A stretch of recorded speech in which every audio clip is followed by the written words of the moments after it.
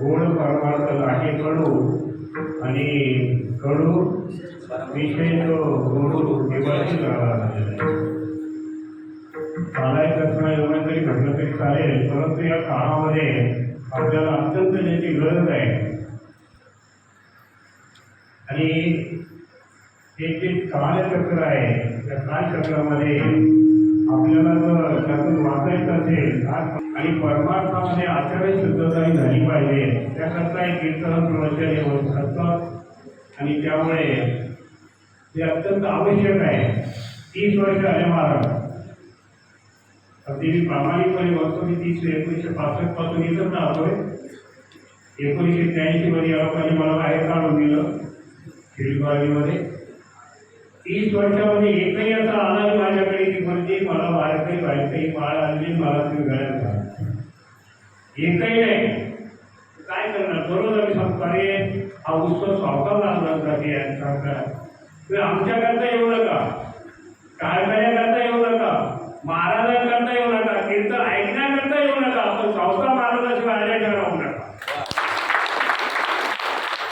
खरं आपल्याला या ठिकाणी अरे या बाबाची किती कृपा आहे, नामामध्ये त्यांचा जन्म सफल झाला, वंश उतरायला नुसता सावता सावता जरी तुम्ही म्हटलं तरी तुमचा वंशाचा उद्धार झाल्याचा राहणार नाही. महाराजांनी तेच सांगितलंय. आणि म्हणून प्रत्येक बालकाने त्या ठिकाणी ती नेहमी कसं एक उदाहरण देत असतो ते मुसलमानाचं बरं का.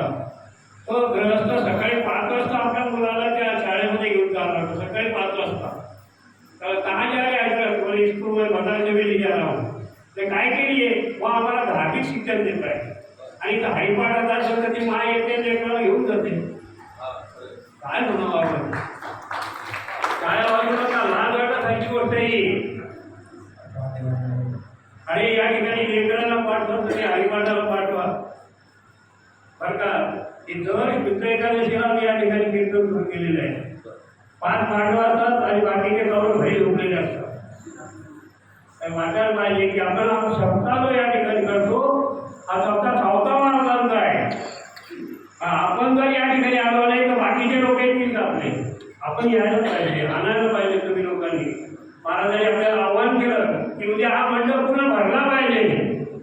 ते भरला तर राहू दे, पण रिकामा झाल्याशिवाय राहणारी अशी वृत्ती माणसाची आहे. म्हणून आपल्याला एक नम्र विनंती करतो की जास्तीत जास्त संख्येने आपण राहिलो पाहिजे. त्या मुंग्यामध्ये आता आपल्यापेक्षा एक मुंगी निघली ना, त्याच्यावर सर्व मुंगी तिकडे निघतात.